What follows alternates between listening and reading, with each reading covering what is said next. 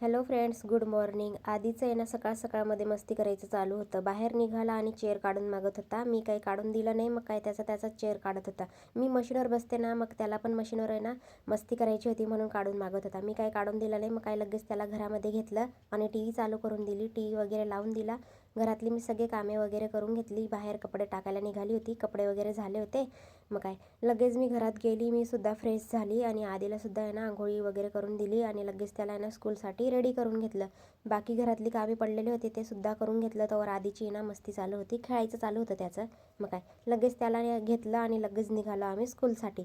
रस्त्यावर गाड्या ये जा करतात ना, मग उभं होतो आम्ही.